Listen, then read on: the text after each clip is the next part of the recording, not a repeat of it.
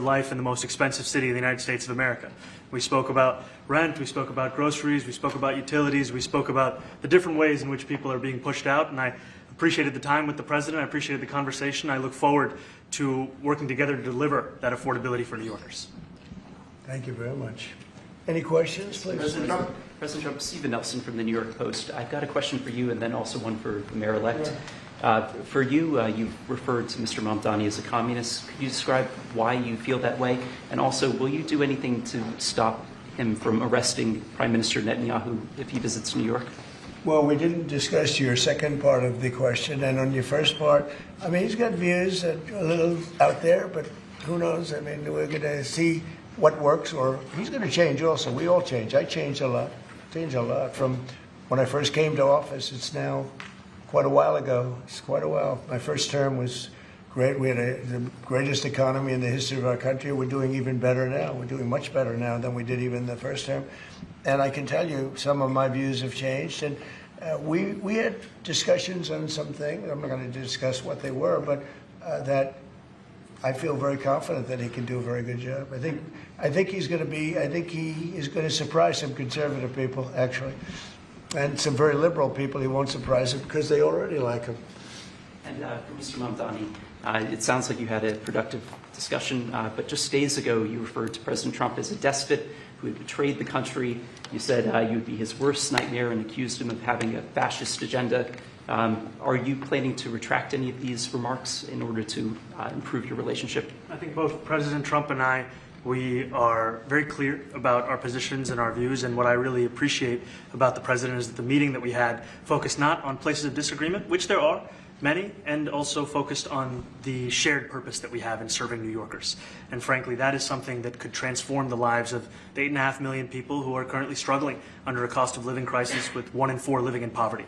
And the meeting came back again and again to what it could look like to lift those New Yorkers out of struggle and start to deliver them a city that they could do more than just struggle to afford it, but actually start to live in it.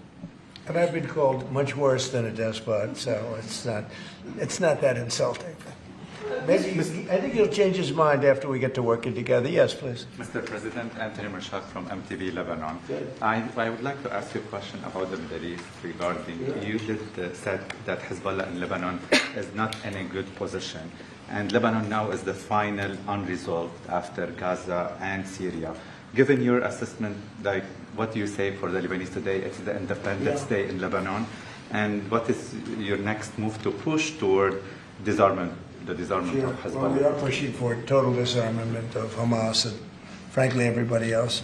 And we actually have peace in the Middle East. As you know, the King of Saudi Arabia just left yesterday. We had some great meetings, and he's made a contribution toward the United States of more than $1 trillion. We have now over $20 trillion coming in. No country has ever had anything like that, not even close. If you go to 2 trillion or 1 trillion, it's a lot. We have 20 or $21 trillion. I think that Hezbollah has been a problem in Lebanon, big problem. We're working with Lebanon. We're working with everybody in the Middle East. That's another thing I think we have in common. We want to see peace in the Middle East, and we actually have now, for the first time, peace in the Middle East after 3,000 years.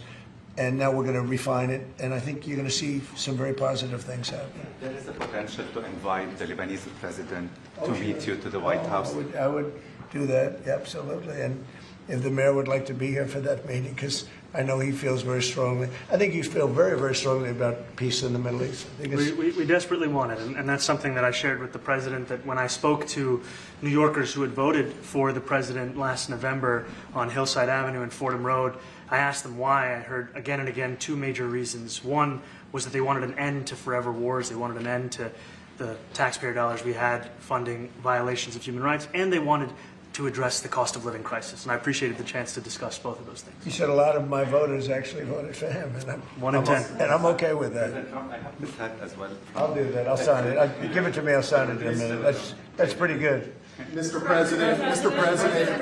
President, you've threatened to send federal troops to New York City. You both have differences when it comes to ICE agents in New York City. Mr. Mamdani, you've called ICE a rogue government entity. I wonder how you reconcile your differences on both of those issues. Well, I think we're going to work them out. And I think that if we have known murderers and known drug dealers and some very bad people, You know, we want to get them out. And the mayor wants to have peace. We discussed this at great length, actually, maybe more than anything else. He wants to have a safe New York. Ultimately, a safe New York is going to be a great New York. If it's not safe, no matter how well we do with pricing and with anything else, we can talk about anything you want. If you don't have safe streets, it's not going to be a success. So we're going to work together. We're going to make sure that if there are horrible people there, we want to get them out. I think he wants to get them out maybe more than I do. So we'll work together. We discussed it at great length. Yes, please. Yeah, two questions, if I may. One for you, Mr. President, on the BBC, and a second. But first of all, for the mayor-elect. You're both from different parts of the political spectrum. You're both populists, though, and I just wonder to what extent the president's campaign style, his techniques, his social media use inspired any part of your campaign.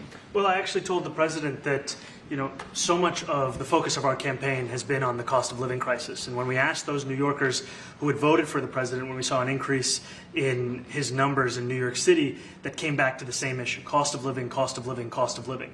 And they spoke about the cost of groceries, the cost of rent, the cost of Con Ed, the cost of childcare. And too often politicians are looking to lecture to New Yorkers what they should care about as opposed to listen.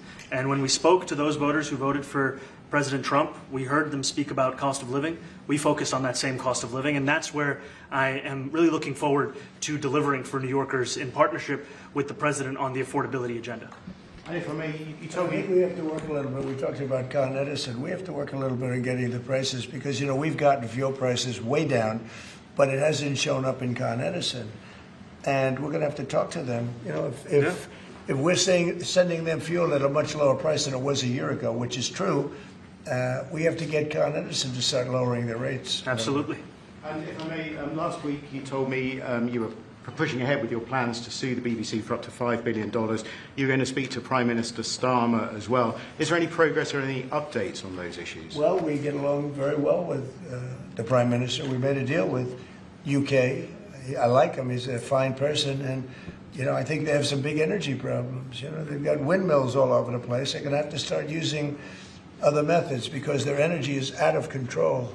Talking about in the UK, it's out of control.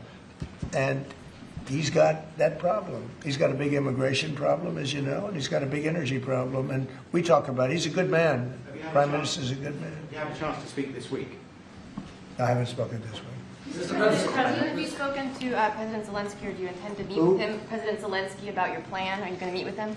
I've spoken with their people. We have a plan. It's horrible what's happening. It's a war that should have never happened. It would have never happened if I was president, and it's a shame. And I thought they should have acted quicker.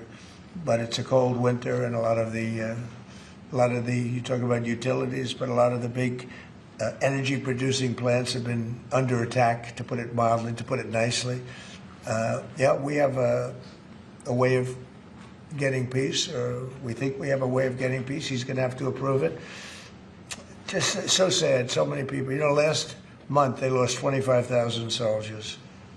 This is something, we haven't seen anything like this since the Second World War. And they're averaging 6,000 or 7,000 a week between the two of them, dead soldiers. And it goes on, and I think they're getting reasonably close. But I don't want to predict. I would have said that would have been one of my early ones. I did 8 peace deals of countries, including in India, Pakistan. You could even go, in fact, they're coming here in a week or two, go to the Congo and Rwanda. That was 10 million people dead, and we worked something out on that. But so many. And the one I thought would have been, for me, because I have a very good relationship with President Putin, I thought that would have been maybe quicker. But it does take 2 to tango. And now you just see all the death. And, you know, it doesn't affect us other than the fact that we don't want to see all those people that really, it's on the other side of the ocean. It's a war that should have never happened. It did happen. I blame the person also sitting right behind this desk. This is a war that should have never happened, and it wouldn't have happened if I were president. But we're trying to save a lot of lives. They're losing 25, think of that, 25,000 lives over the last short period of time. That's Ukrainian and Russian, and it's a shame. What happens I want to ask the mayor-elect about a House resolution just passed overwhelmingly to condemn socialism, including with 86 Democrats, all of House Dem leadership, and the minority leader, Hakeem Jeffries, despite his endorsement of you.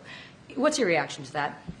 I have to be honest with you, I focused very little on resolutions. Frankly, I've been focusing... Condemn socialism. I understand. I think the focus is on the work at hand. I can tell you I am someone who is a democratic socialist. I've been very open about that. And I know there might be differences about ideology, but the place of agreement is the work that needs to be done to make New York City affordable. That's what I look forward to. And I want to clarify your answer to Stephen Nelson. He asked about your comment calling the president a fascist, and your answer was, both President Trump and I have been clear about our positions and our views. Are you affirming that you think President Trump is a fascist? I've spoken about... That's okay. You can just say yes. Okay. So. All right. Okay. It's easier. It's easier than explaining it. I don't mind. And Mr. President, I wanted to ask you also about this Ukraine plan. Yeah. President Zelensky said today that his country would risk either giving up a partner or giving up its dignity. There's been criticism that this deal You mean he proposal... doesn't like it?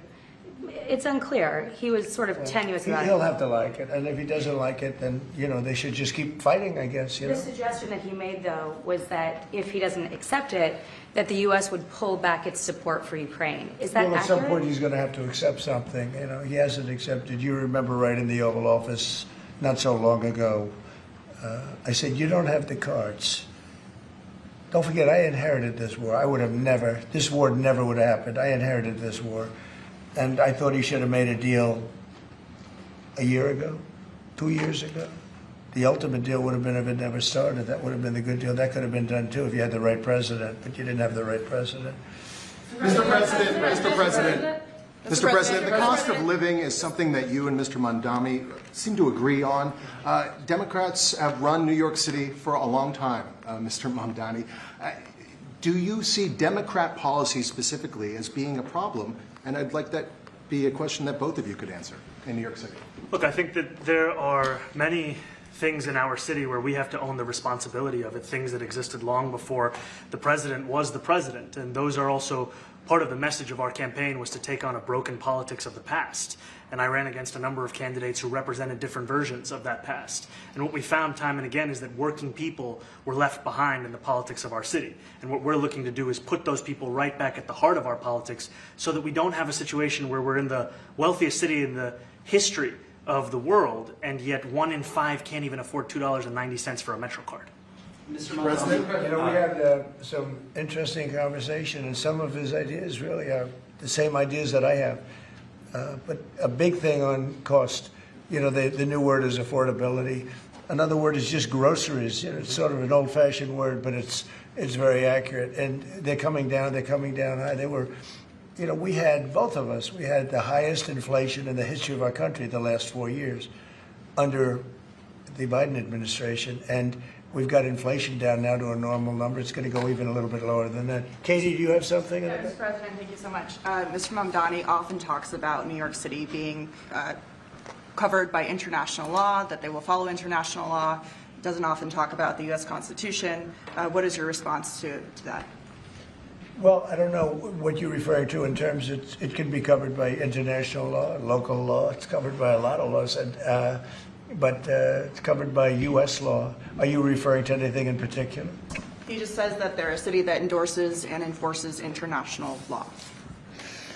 Is that at odds with U.S. law at all? Would you want to respond? Yeah, I think what I've shared with the president is our desire to not only follow the laws of our own city, laws that protect New Yorkers, but also a desire for consistency in our politics across the board. And that's something that we've talked about and something that I know many New Yorkers want. Will you work with ICE then? Mr. President? Will you work with ICE then? We discussed ICE and New York City, and I spoke about how the laws that we have in New York City allow for New York City government to speak to the federal administration for about 170 serious crimes. The concerns that many New Yorkers have are around the enforcement of immigration laws on New Yorkers across the 5 boroughs, and most recently we're talking about a mother and her 2 children, how this has very little to do with what that is. Mr. Mamdani, What we did is we discussed crime. More than ICE per se, we discussed crime. And he doesn't want to see crime, and I don't want to see crime. And I have very little doubt that we're not going to get along on that issue. He wants to And he said some things that were very interesting as to housing construction. And he wants to see houses go up. He wants to see a lot of houses created, a lot of apartments built, etc. And you know, we actually people would be shocked, but I want to see the same thing. Mr. Mamdani, anti-Israel protesters. Yeah. Yeah, Mr. President, I wanted to know one of the policies as well that Mayor-elect Mamdani talked a number of times about on the campaign was shifting the tax burden for property taxes from what he called minority communities to white-based communities and putting more taxes on white people. I also noticed that in your acceptance speech you didn't mention anything about America or Christians or white people in general, and so I didn't know if that was one of the policies that you guys had spoken about. We focused on affordability. We focused on the cost of living crisis. What I will say is that I am very much interested in property tax reform because what we see right now in New York City is a system that is so inequitable that it can't even stand up in court. And the President and I spoke about the importance of not only building more housing, but also making sure that regulation of housing is something that is manageable to actually get through and not the cause of yet another weight that we see in But our to be city. clear, you're continuing this idea of race-based property taxes. No, to be very clear, That's what you said. No, Yes, it is. the use of the term was a description of neighborhoods, not a description of intent. So you intend to tax the whiter neighborhoods more? No, we intend to create a fair property tax system because we want a New York City that is not only fair and equitable, but also one that every New Yorker can afford. Mr. President, Anti-Israel protesters targeted Mr. Mamdani, anti-Israel protesters just targeted a synagogue in New York. Are you concerned about Jewish New Yorkers feeling welcome and safe in the city? And President Trump, you've threatened to cut off federal funding to New York City. What policies would prompt you to do that? Would that be city-run grocery stores? Would it be something else? Well, I think if we didn't get along, whether it's cut off or just make it a little bit difficult or not give as much, we want to see, I use the term, we don't want good money going after bad. And we don't want that to happen. I don't think that's going to happen. I did say that, you know, subject to what policies are being said. We had a meeting today that actually surprised me. He wants to see no crime. He wants to see housing being built. He wants to see rents coming down, all things that I agree with. Now, we may disagree how we get there. The rent coming down, I think one of the things I really gleaned very much today, he'd like to see him come down, ideally, by building a lot of additional housing. Yeah. That's the ultimate way. He agrees with that, and so do I. But if I read the newspapers and the stories, I don't hear that. But I heard him say it today, and I think that's a very positive step. No, I don't expect. I expect to be helping him, not hurting him. A big help, because I want New York City to be great. Look, I love New York City. It's where I come from. I spent a lot of years there. Now I'm right here. We took a big setback with the mayor that we had, named de Blasio. I thought it was a tremendous setback for the city. I think this mayor can do some things that are going to be really great. Mr. President, thank you, Mr. President. You're a billionaire. You have a different address nowadays than you used to, but you used to call New York City home. Would you feel comfortable living in New York City under a Mamdani administration? Yeah, I would. I really would. Especially after the meeting. Absolutely. What makes you comfortable? We agree on a lot more than I would have thought. I think I want him to do a great job, and we'll help him do a great job. You know, he may have different views, but in many ways, you know, we were discussing when Bernie Sanders was out of the race, I picked up a lot of his votes, and people had no idea because he was strong on not getting ripped off in trade and lots of the things that I've practiced and been very successful on. Tariffs, a lot of things. Bernie Sanders and I agreed on much more than people thought. And when he was put out of the race, I think quite unfairly, if you want to know the truth, many of the Bernie Sanders voters voted for me. And I felt very comfortable, frankly, in seeing that and saying that. And, you know, it just turned out to be a statistical truth. But, no, I feel very comfortable. I would feel very, very comfortable being in New York, and I think much more so after the meeting. Yes, please. Thank you, Mr. President. I have a question for you, but a very quick one for the mayor. Why did you fly here? Aren't trains greener? I'll use every form of transit, and I want to make sure that they're all affordable in New York City, and that's why making buses fast and free is a centerpiece of our campaign. There is a bus that goes. Well, I know, but if he flew, that's a lot quicker, too. No. Your time is he's important. working very hard. For him to be, it's a very That's a very long drive. I'll stick up for you. You know, the plane takes you 30 minutes and driving takes you a And long Mr. time. President, I was wondering if you could clear up some confusion around a Washington Post report. There was this explosive report that the Coast Guard is no longer going to characterize swastikas and nooses as hate symbols. DHS called that a lie and fake news. Can you clear up? I don't know anything about it. When was this written? I think yesterday. Well, look, the Coast Guard's an incredible group of people. I know them very well. We just ordered a lot of new Coast Guard cutters. Beautiful, the most magnificent ship. They look like yachts with lots of guns on them. So I don't know. I haven't seen any report like that, but certainly we want them to remain a great force, and they are. Mr. President, you are a peacemaker, and you did the peace in all the 9 months around the world. I would like to ask Mr. Mamdani, you've accused the U.S. government of committing genocide in Gaza while President Trump was working on peace. Why that? I've spoken about the Israeli government committing genocide, and I've spoken about our government funding it. And I shared with the president in our meeting about the concern that many New Yorkers have of wanting their tax dollars to go towards the benefit of New Yorkers and their ability to afford basic dignity. And what we see right now is we're in the 9th consecutive year of more than 100,000 school children being homeless in our city. And there's a desperate need not only for the following of human rights, but also the following through on the promises we've made New Yorkers. And I appreciated the meeting we had and the work that we can do. Do you agree that President Trump did do a peace and he worked hard to make the peace? Because he worked hard to do the peace in the Middle East and everywhere.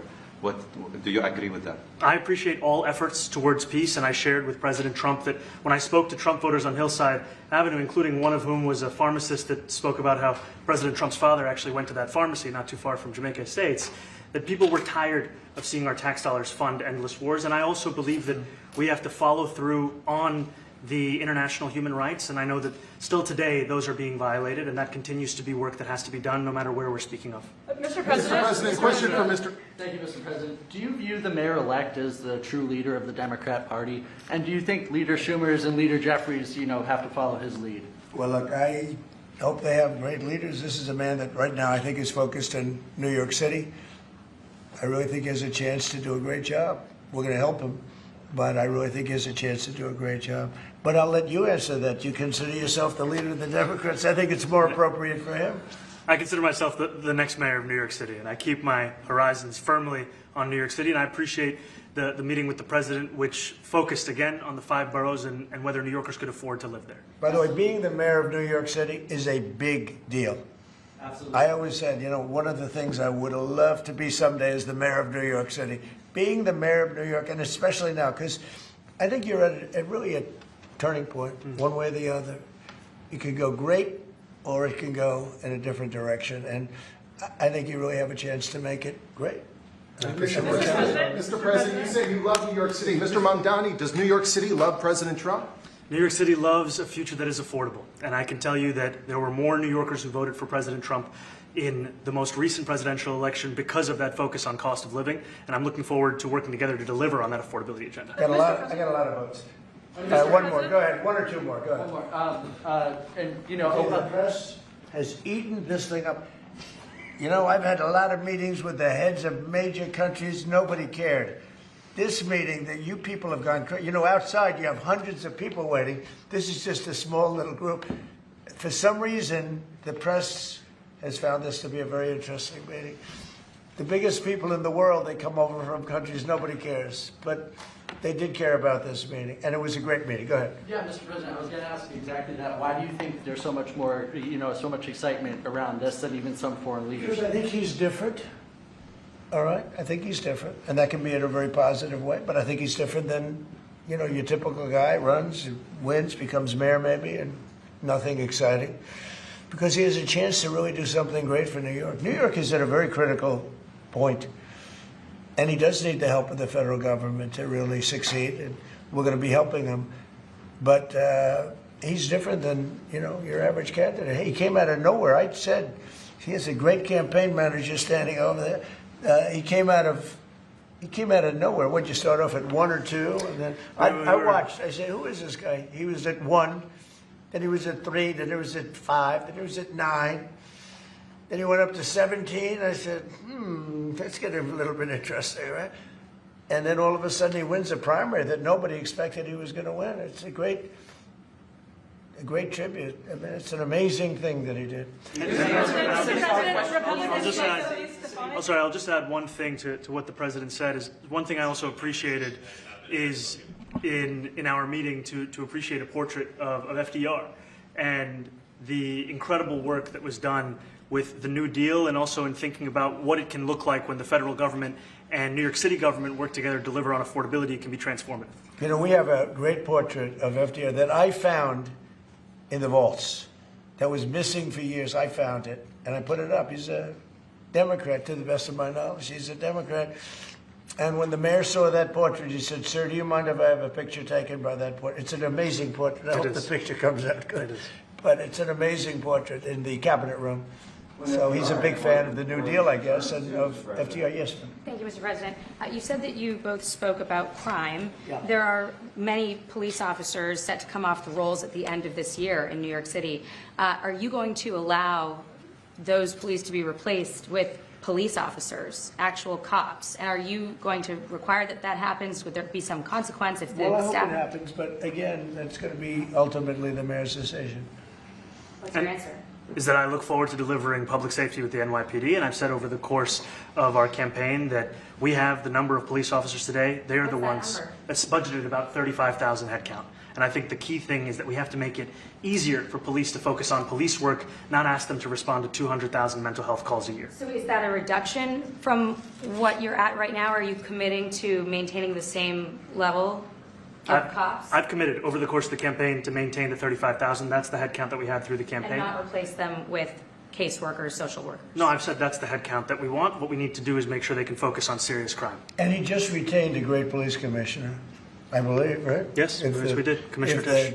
If the newspapers are correct. That one they're correct about. He retained, I think, somebody that is she's a good friend of some of the people in my family, of Ivanka, and they say she's really good, really competent, and he just retained her, so that's a good sign. Mr. President, are there still topics that you see the two of you disagreeing on in the future, and do you think you'll have more meetings like this? There will be topics that we disagree on. I think we'll probably come to a conclusion, and ultimately he'll convince me, or I'll convince him. You know, it's for the good of New York. Ultimately, it's for the good of New York. I don't care about affiliations or parties or anything else. I want to see, if this city could be unbelievable, if he could be a spectacular success, I'd be very happy. Do you think you guys will meet more in the future, too?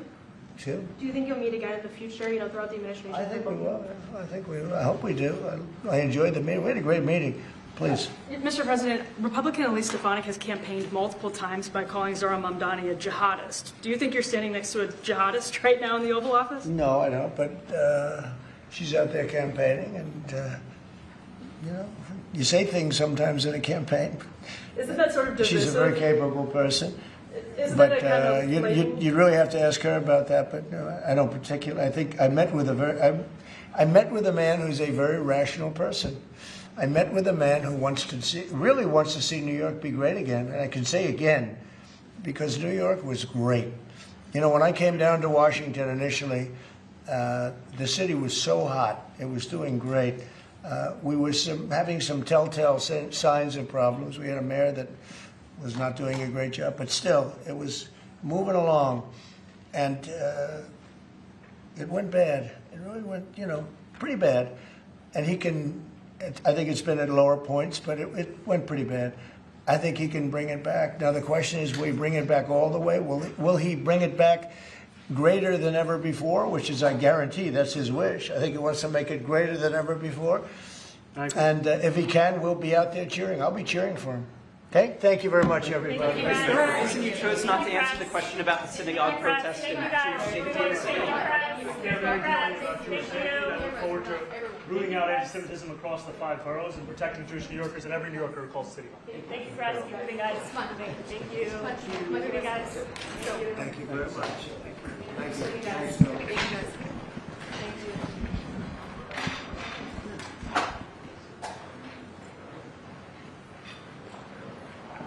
What's the door? What's that door? I'm not going to be sick.